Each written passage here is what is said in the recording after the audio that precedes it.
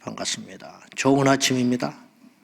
오늘 저녁에 심야기도에 있고요. 내일은 기쁜 성탄 날이고 그 다음은 또 기쁜 주일이 기다리고 있습니다. 지금 방송을 이게 보고 계시는지 모르겠는데 이제 우리 이런 광고를 또 드려야 할 상황이어가지고 이해하시고 들으십시오. 지난번에 미국에서 이제 차별금지법하고 아들남 장학금금 5,000불을 어떤 분이 보내셨어요. 연락처가 없어서. 근데 어르신인 것 같았어요. 눈치가.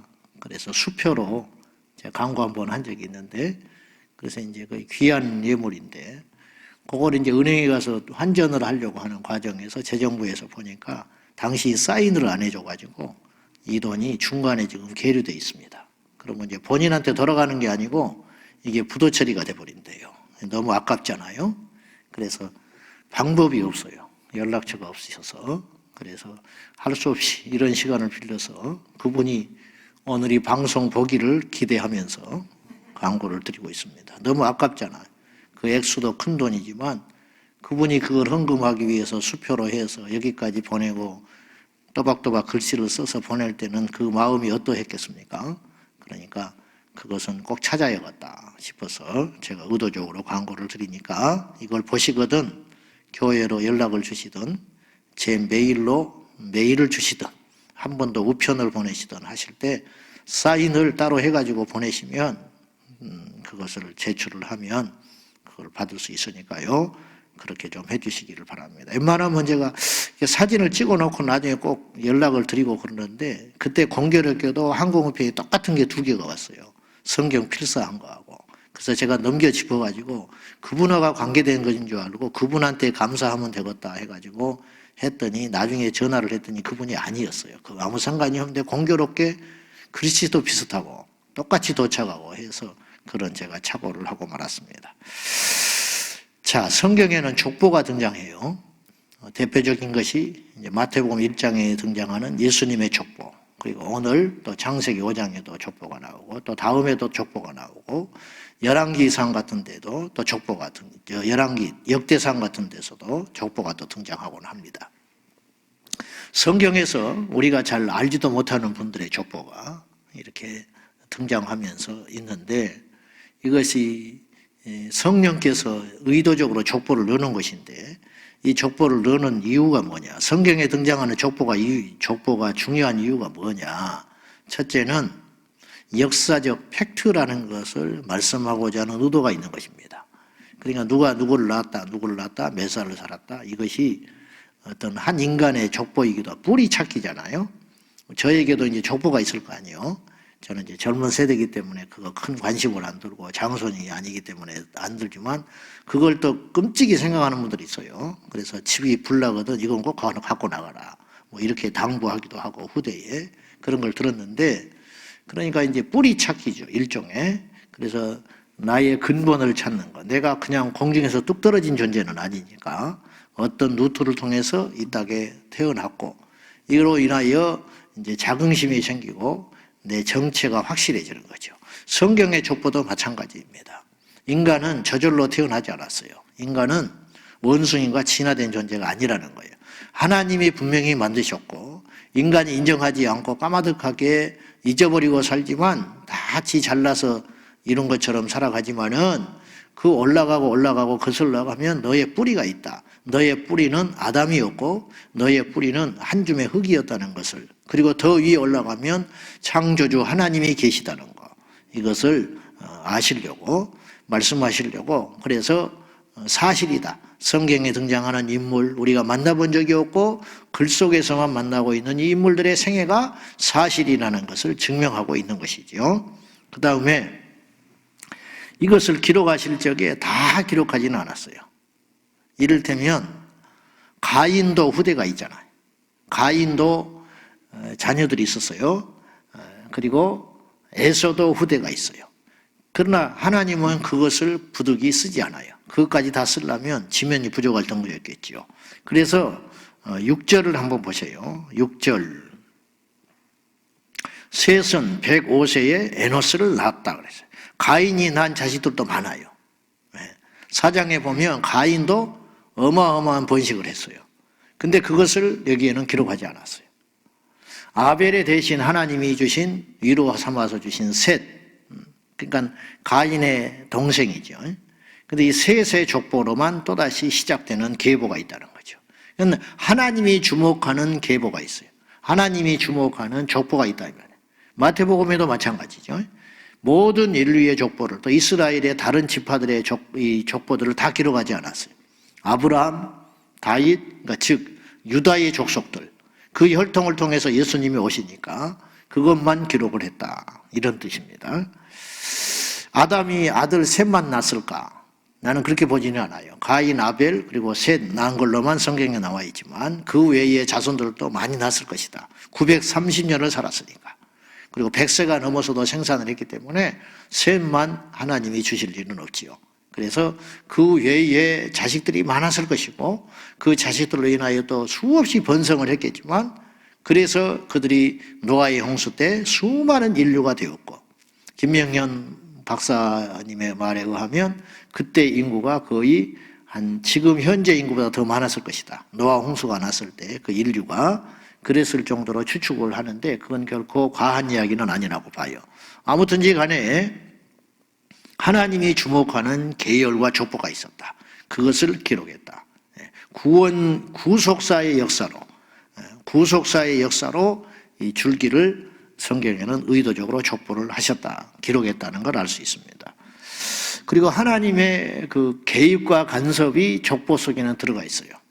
이를테면 마태복음 1장 17절에 보면 일종의 그 하나님만이 할 수 있는 어떤 개입을 해놓은 게 있는데, 아브라함부터 다윗까지 14대요 그랬어요. 그리고 다윗에서부터 바벨론 포로, 이스라엘이 멸망할 때까지가 14대예요. 그리고 그 포로 이후에 예수님이 오실 때까지가 14대로 딱딱딱 나눠놨다는 거예요. 이걸 누가 이렇게 할 수 있겠어요? 이건 하나님만이 할 수 있어요. 사람이 돈으로 할 수 있는 일이 있죠. 사람이 노력으로 할 수 있는 일이 있을 수 있어요. 그러나 죽었다 깨도 인간이 할 수 없는 일이 있어요. 이런 일은 인간이 못해요. 하나님만이 할 수 있어요. 시간의 창조자, 그리고 모든 것들을 알고 계셔야 가능하고 모든 계획을 완벽하게 수립해놔야만 하실 수 있는 일, 그런 분이 누구냐? 이 우주상에 우리 주님밖에 없다. 인간은 하루 계획도 틀어지고 살아가요. 자기가 할 수 있는 일도 틀려서 사는 경우들이 얼마나 많은지 몰라. 오늘 하루와 여러분이 어떤 계획을 세울 수 있어요. 그 계획이 될 줄 아세요? 안 되는 거예요. 인간은 절대로 안 되는 거예요. 이것이 인간의 한계야. 왕도 그걸 못하고 재벌 총수도 그렇게 못하는 거죠. 근데 하나님은 할 수 있어요. 왜냐? 그분은 전지전능하시거든요. 그래서 이제 일종의 이런 거. 어떻게 보면 좀 표현이 그렇지만 직구짓이잖아요. 네, 직구죠. 14대를 딱 맞추고 14대를 딱 맞추고 14대를 딱 맞췄다. 이걸 왜 그러셨을까? 일종의 코드라고 나는 봐요. 뭐냐? 이래도 나를 안 믿을래, 이 말이에요. 이래도 나를 부정할 수 있겠냐. 나는 그런 메시지로 들린다, 이 말이죠. 그걸로. 아브라함이 받은 계시가 있었어요. 많은 약속을 받았지만 네가 가나안에 살다가 너의 후손이 가나안 땅에 머물다가 애굽으로 갔다가 400년 후에 다시 가나안으로 돌아온다. 이거 주님께서 아브라함 때에 약속하신 거예요. 아브라함 때. 무려 500년 전에. 그리고 애굽에 가서 종살이 할 거다 그랬어요. 근데 그대로 성취가 됐어요. 그대로. 그러니까 이런 건 하나님만이 할 수 있다는 거죠. 절대 인간은 못한다. 그런 말이죠. 자, 여기서 주목할 내용이 하나 있어요. 아담이 아벨이 죽은 다음에 하나님께서 새로운 생명을 줘서 세 번째라서 셋이 아니고 그 셋은 1, 2, 3은 아닐 거예요. 그 셋을 줬는데 그 셋이 자식을 낳는데 에노스를 낳습니다. 에녹이 아니고 에노스를 낳는데 그 에노스의 뜻이 어떤 뜻이냐? 자, 4장 26절에 보면 이런 내용이 나와요. 제가 읽어볼게요. 셋도 아들을 낳고 그의 이름을 에노스라 하였으며 그때의 사람들이 비로소 여호와의 이름을 불렀더라. 그때부터 여호와의 이름을 불렀다. 저는 이걸 이렇게 표현하고 싶어요. 그때부터 여호와 하나님을 찾기 시작했다. 네? 비로소 찾기 시작했다. 그럼 왜 무슨 일 때문에 그렇게 생겼나? 사람의 이름은요 함부로 안 지어요. 고대에는 더 그랬어요. 그래서 이름이 다 뜻이 있어요. 우리도 이름을 함부로 짓잖아요. 심지어는 개똥이다 그렇게 지은 것도 이유가 있어요. 개똥이 되라는 뜻이 아니라 개똥이라는 이름이 옛날에 있었다면 옛날에는 명이 너무 짧아가지고 어릴 적에 콜레라니 장티푸스니 돌림병이 너무 많이 도니까 늦게 호적을 올리셨고 또 너무 이름을 귀하게 적으면 귀신이 시기해서 잡아간다고 이름을 천시 적었다 이 말이야. 이름을 일부러. 그래서 그러니까 그 이름을 짓는 것도 이유가 있는 거야. 그 이름을 짓는 것도 크게 성해라 해서 대성이라고 짓기도 하고 뭐 이런 뜻이죠. 예수 믿는 우리도 이름을 함부로 안 져요. 다 의미 있게 져요. 그 제일 많은 이름이 예은이, 하은이 뭐 이런 이름이 많아. 은혜 이런 이름이 많아요. 흔하다는 뜻이 아니라 그 이름은 부모의 신앙 고백인 거예요. 부모의 신앙 고백. 너는 평생 하나님의 은혜로 살거라. 하민이 하나님의 백성으로 살거라. 다 이유가 있단 말이죠. 그런 뜻이 있는 것처럼 에노스라는 이름을 셋이 절대로 함부로 지은 게 아니에요. 그럼 에노스라는 이름은 무슨 뜻이냐면 바로 이런 뜻을 갖고 있어요. 죽을 수밖에 없는 존재 그런 뜻이래요. 에노스라는 이름은 죽을 수밖에 없는 존재다. 셋이 자식을 낳고는 딱 보고 이렇게 이름을 지었어. 너는 죽을 수밖에 없는 한계를 지닌 인간이구나. 그렇게 지었어요. 그러니까 셋의 입장에서는 별로 유쾌한 이름은 아니야. 흥왕하고 번성하고 충만한 그런 이름의 종류를 지었으면 좋았는데 사실은 셋의 신앙 고백이 들어가 있는 거예요. 셋이 자식을 낳고 보니까 깨달았어요. 자기 생애를 그때 젊었을 때 낳았을 텐데 깨달았어. 아, 인간은 한계가 있는 존재구나. 어차피 흙으로 돌아가는 존재구나. 죽을 수밖에 없는 존재구나.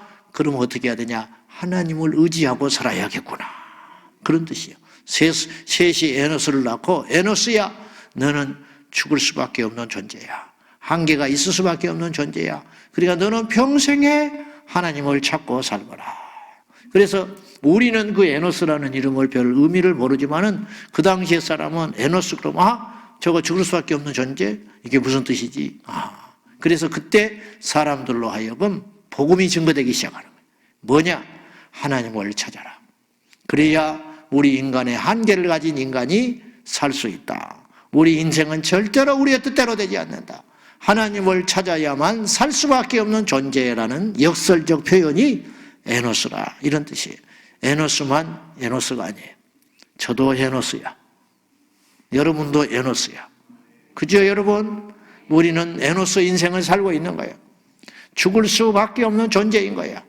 죽을 수밖에 없는 존재가 아무것도 찾지 않고 죽는다면 어리석은 것이고 다른 존재를 찾는다는 건 더 어리석은 존재죠. 우리는 죽을 수밖에 없는 존재이기 때문에 누구를 찾느냐? 본능적으로 하나님을 찾게 된다. 그런 뜻입니다.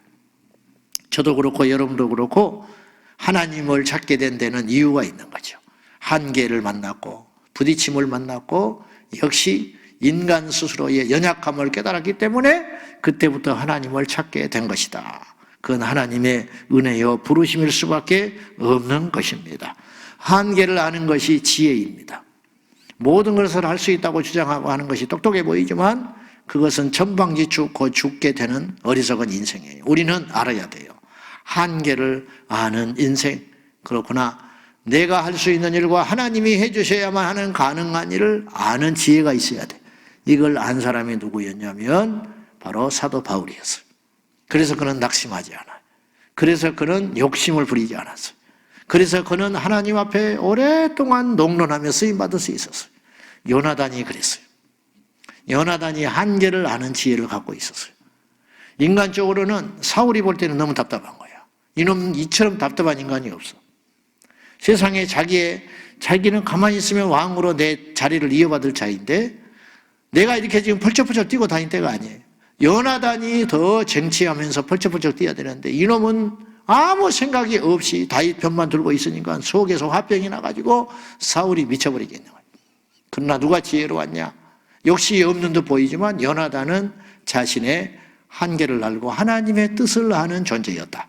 그래서 하나님이 기름 부은 존재인 걸 알게 됐어요. 다윗도 역시 그런 면에서는 지혜로운 자였어요. 자기의 손으로 사울을 죽이지 않아요. 왜냐? 그건 자기 능력 받기라는 거예요. 하나님이 지어주신 한계를 아는 인생, 그 인생이 복된 인생이고 지혜로운 인생이고 평탄한 인생을 살아가게 되는 것이에요. 그래서 로마서는 우리에게 경고해요. 사람이 마땅히 생각할 것 이상의 것을 품지 말라. 그러므로서 번민이 오는 거예요. 비전을 갖지 말라는 뜻이 아니라 아무 생각 없이 그냥 소박하게 살라는 말이 아니라 우리가 가져야 할 욕심이 있고 갖지 말아야 할 욕심이 있다는 거예요. 바로 그것을 아는 것이 지혜요 명철이요 하나님 앞에 살아가는 형통하고 복된 인생을 사는 지혜로움을 아시기를 바랍니다. 자, 오늘은 이제 이 많은 사람들의 이야기가 나오는데 이들의 인생 우리가 속속들이 다 알 길이 없고 성경에 말씀해 주신 내용으로만 우리가 알 수밖에 없는데 특이한 인물이 둘이 나오죠. 에녹과 무드셀라입니다. 에녹에 우리가 잘 알듯이 에녹은 왜 이렇게 유명했냐? 하나님과 동행하여 죽음을 보지 아니하고 365세에 하나님께 올라간 자로 알려진 자죠. 에녹과 엘리야, 유일한 두 사람이 죽음을 보지 않고 가는 걸로 우리가 알고 있어요. 에녹은 65세에 무드셀라를 낳습니다. 역시 셋이 에노스를 낳고 이름을 에노스라고 지은 것이 의미가 있듯이 바로 에녹이 그의 자식 무드셀라를 낳고 이름을 왜 무드셀라라고 했냐? 이 설교는 내가 여러 차례 했어요. 근데 또 잊어버렸을 거야. 그러니까 또 할 수밖에 없어요. 그 세상에 쉬운 게 목회야. 세상에 쉬운 게 설교라. 어제 한 설교 내가 오늘 또 해도 또 아멘하고 막 은혜 받는 사람이 분명히 있다 이 말이죠. 자, 알다시피 무드셀라는 어떤 이름을 가졌느냐? 창 던지는 자다. 처음 듣는 것처럼 느껴지죠. 듣고 나니까 알겠죠. 창 던지는 자다. 고대에서 창 던진다는 말은 전쟁에 앞장서서 창을 사용하여 싸우다가 창을 던져버리면 끝판이야. 전쟁이 끝났을 때, 져버렸을 때 이제 창 던지고 도망가는 거예요. 이것도 갖고 있을 만한 여지가 안 될 때, 도저히 이길 수 있다는 승산이 없을 때 막판에 창 던져버리고 도망가는 거예요. 그래서 어떤 뜻이냐면 무드셀라라는 이름은 이런 뜻이에요. 그가 죽으면 끝이다. 그런 뜻이에요. 창 던지고 도망가다가 죽으면 나라가 끝장나는 거예요. 그 전쟁은 끝이다. 그가 죽으면 끝이다. 그가 죽으면 종말이 오리라. 그런 뜻이라는 거예요. 에녹은 65세를 평범하게 살았던 것 같아요. 그러다가 무드셀라를 낳는 해에 그는 주의 계시를 받은 것이 분명해. 끝이다. 끝이다. 그래서 언제일지는 모르나 이 세상이 끝이 날 것 같다. 근데 기가 막히게 무드셀라는 969세를 산 최장수 인생인데 그가 죽고 7일 후에 그가 죽고 열흘 후에 홍수가 시작됩니다. 그래서 이제 나중에 7장에 보면은 그런 내용이 나오는데 자, 그래서 장례를 치를 수 있는 기간을 하나님이 주셔요. 그리고 무드셀라가 죽고 난 다음에 그러니까 무드셀라와 노아는 동시대에 살았어요. 그러니까 이제 오늘 뭐 몇 살에 살고 죽었다, 몇 살에 죽었다 그러니까 우리가 볼 때 그때까지 딱 죽고 그 다음 사람이 태어나기 아니고 겹치잖아요. 이해되세요? 몇 대 손이 같이 사는 거예요. 우리처럼 3대, 길게는 뭐 4대까지 사는 거 있잖아요. 한 집안에 같이 살진 않아도 이렇게 그렇게 겹쳐서 살듯이 아마 10대, 20대씩 산다고요. 왜냐하면 900살 정도씩 살았으니까 같이 부딪혀 사는 거야. 만날 겨를은 없지만 뭐 수백 명의 순자, 증손자를 거느리고 만나가지고 만나면 누가 누구니도 몰라. 그러니까 막 섞여서 사는 거야. 이렇게 해서 인류가 번성하고 살았죠. 같이 동시대에 사는 거예요. 그러니까 무드셀라가 노아를 만났는지 아니면 영원히 만나지 못하고 살았는지는 알 길은 없지만 동시대에 산 건 맞다. 근데 무드셀라가 죽고 나니까 에녹에게 받은 예언처럼 이 시대에 종말이 시작되다. 심판이 시작되리라. 그런 뜻입니다. 이런 이야기들이 참 놀라운 이야기일 수밖에 없는 것이에요. 에녹을 한마디로 이렇게 표현했어요. 하나님과 동행하는 생애를 살았다. 365년을 살았는데, 그리고 부두셀라는 969세를 살았는데 그에 대한 언급이 하나도 없어요. 최장수를 했는데. 그 이분들의 인생을 보면 낳고 죽었다, 낳고 죽었다. 이들 중에도 악한 사람이 있었을 것이고, 인류에 공헌한 자가 있었을 것이고, 성실하게 산 사람도 있었을 것이고, 술지정병도 있었을 것이고, 별 인생들이 다 있었겠죠. 이 많은 사람들이 그렇게 오랜 기간 동안 살면서 복닥복닥 하면서 살았겠죠. 그러나 그들의 생애가 하나님이 볼 때는 흙덩어리에 불과하다. 아무것도 남길 수 있는 게 없어요. 이보다 짧은 인생을 살았던 사람도 성경에는 많이 있어요. 그러나 성경에 엄청난 분량을 차지한 자들이 많아. 다윗, 요셉, 이런 인생들. 엄청나게 많은 분량을 차지하고 있어요. 그러나 어떤 이는 그보다 훨씬 많은 생애를 살았지만 한 줄로 인생을 딱 정리한 것이 있어요. 어디에게서 낳고 누구를 낳고 죽었더라. 우리는 누구냐 이 말. 우리가 남길 인생에 한 줄이 있다면 무엇일까? 이게 바로 크로노스와 카이로스의 시간이에요. 우리는 몇 년을 살았냐? 어디서 살았냐? 그것에 관심이 많지만 하나님은 그런 자연적 크로노스의 시간에는 아무런 관심이 없다. 몇 년을 살았느냐에 대해서는 아무런 관심이 없다. 하나님은 오직 하나의 관심이 있는데 카이로스의 시간, 의미 있는 시간. 하나님이 생각하는 의미라는 것은 어떤 의미냐면 주님과 함께하는 시간을 오직 두는 거예요. 주님과 함께했던 그 시간만 의미가 있는 거다. 아벨의 인생은 딱 한 줄 남기고 죽은 거예요, 사실은. 그게 뭐지요? 하나님께 제사하고 죽은 인생이야. 아벨이 그것만 했겠어요? 우리가 아벨에 대해서 아는 것은 하나님께 제사 드리고 억울하게 죽었다는 것밖에 몰라. 그는 양을 쳤고 하나님께 제사하고 나서 형에게 죽었다는 것밖에 몰라요. 그러나 하나님은 아벨의 인생을 히브리서 11장에 보면 그의 믿음을 하나님이 받으시고 지금도 그 믿음은 이야기하고 있다고 기록을 하고 있어요. 이보다 귀한 은혜가 어디가 있어요? 그렇잖아요. 자, 우리도 인생의 한 줄을 남기게 될 거예요. 저도 그렇고 여러분도 그렇고. 어떤 사람은 엄청난 일을 하고 죽어요. 어떤 사람은 어마어마한 족적을 남기고 죽을 수 있어요. 그러나 하나님은 그런 것에 대해서 아무런 관심이 없어요. 하나님은 오직 하나의 관심을 두고 살아요. 네가 나와 함께 했느냐? 에녹은 하나님과 동행하는 생애를 살았다. 그 당시에는 비교적 짧게 산 거예요. 365년. 평균이 900이니까 3분의 1 정도 살았잖아요. 3분의 1. 지금으로 따지면 30 정도 살고 죽었다 이 말이에요. 너무 예서가잖아. 사람들이 볼 때는 그가 죽은 걸로 알 거 아니에요. 그러나 그는 결국 죽은 거 아니에요. 주님과 동행하다가 하나님의 나라에 올라가는 영광을 누렸다 이 말이에요. 이것이 중요하다는 거죠. 바로 우리도 마찬가지. 우리도 무엇을 남길 것이냐. 욕심을 내려놓읍시다. 욕심 내려놓고 미워하지도 말고 시기하지도 말고 질투하지도 말고 오직 주님 앞에 인생의 한 줄을 남기기 위해서 살아가는 인생인데 뭘 남길 것이냐? 그것을 남기자.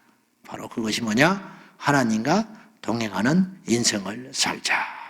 오늘도 우리 주님과 동행하는 귀한 하루가 되시고 우리는 죽을 수밖에 없는 연약한 존재임을 아시고 한 덩이 흙으로 돌아가야 하는 존재임을 아셔서 오늘도 하나님 보시기에 온전히 행하는 저와 여러분이 되시기를 축복합니다. 기도하겠습니다. 자, 이 시간에 기도하실 적에 우리의 한계를 알 때 하나님을 찾는다. 이것이 원리입니다. 주여 오늘도 주어진 하루를 하나님을 위해 살게 하소서. 오늘 주어진 하루를 지혜롭게 살게 하시되 그 지혜라는 건 다른 지혜가 아니라 우리의 한계를 아는 지혜를 허락하여 달라고 하나님을 찾고 사는 하루, 하나님과 동행하는 하루가 되게 해달라고 다 같이 기도하겠습니다. 살아계신 하나님 아버지시여, 영광과 존귀와 찬송을 받으소서. 우리에게 한계를 알게 하신 하나님 감사합니다.